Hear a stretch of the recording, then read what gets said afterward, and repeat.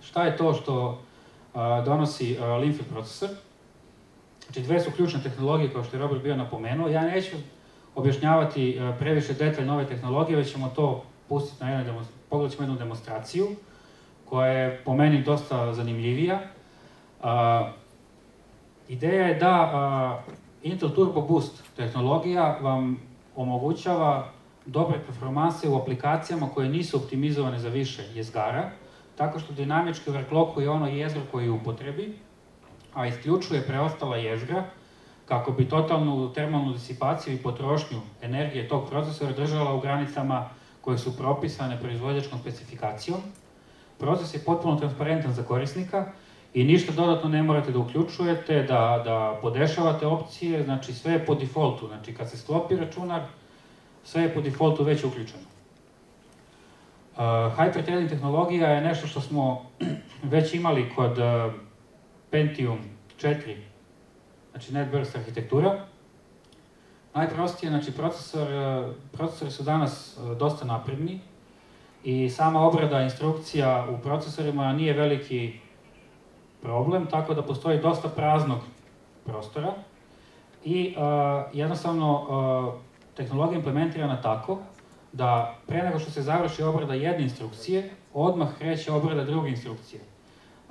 Kako je broj instrukcija koje jedno jezgro može da obradi, u stvari predstavlja način na koji se broje jezgra u sistemu, to je omogućilo da se pored jednog fizičkog jezgra, znači implementira jedno logičko jezgro, tako da operativni sistem, kada uključite računar koji u sebi ima Core i7 870 procesor, kao ovaj računar ovde što je izložen, operativni sistem vidi 8 jezgara, znači imate 4 fizička jezgra i 4 logička. Ta logička jezgra naravno nisu podjednako brza kao da imamo 8 fizičkih, ali s obzirom da je ovo još jedna tehnologija koja je potpuno transparentna za korisnika i koja je po defaultu uključena, a donosi vam 30% ubrzanja u zavisnosti od aplikacija, zašto to ne iskoristiti? Pre nego što krenemo dalje, pogledat ćemo kako radi Turbo Boost.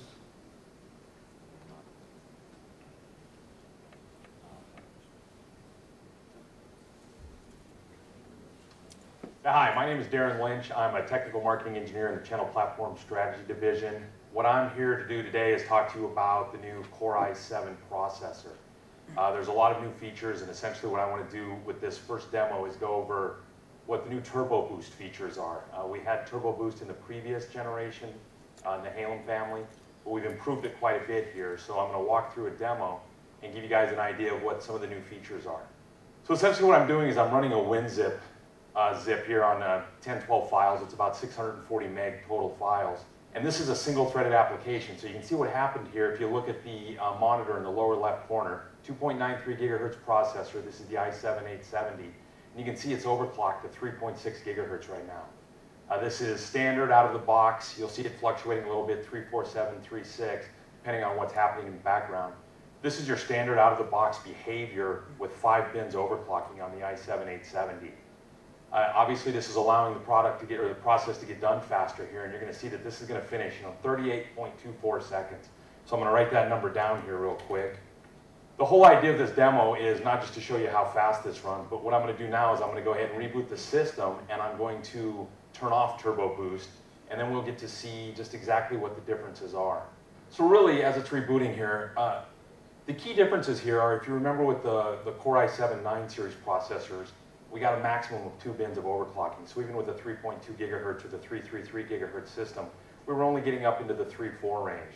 The nice thing here is we're getting, like I said, all the way up to 5 bins on a single core. So we're going from 293 to 3.6. When you get down to the Core i5 series, then you're looking at only 4 bins overclocking on the top few. But nonetheless, it's basically free performance when you buy the part. So to turn this off, it's over into the performance section. Yes, I wish to continue. Right here, we're going to go ahead and disable Turbo Boost. So we're not changing anything else. Obviously, we're not touching base performance, nothing like that. Go ahead and exit saving changes. We'll let it boot back up. We'll go ahead and rerun the application again. There aren't as many single-threaded applications out in the world as there used to be now. More and more people are writing to multi-thread, but we still run across some. WinZip being a perfect example. It's probably the most popular zip program in the world. So while this isn't going to help you with every single application, it helps with a lot of them.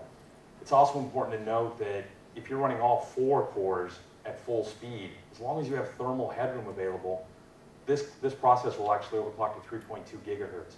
So even multi-threaded, multi-core applications are still going to benefit from turbo mode. Okay, so here you are, you see we're back up in the desktop, and you'll note that the turbo mode monitor is now blank because there's no turbo mode turned on, so it's very confused. So what we're going to do is go ahead and restart the application, or the demo, and off it goes again. You can see that this is actually running a little bit slower. You can see in the lower left corner on the turbo mode monitor, there's nothing going on. It just came up and said, wait a second, can't monitor anything because turbo mode's not here. And it's going to run anywhere from 10 to 20% slower. It all depends on what's happening in the background. It depends on just when it happens to grab a file.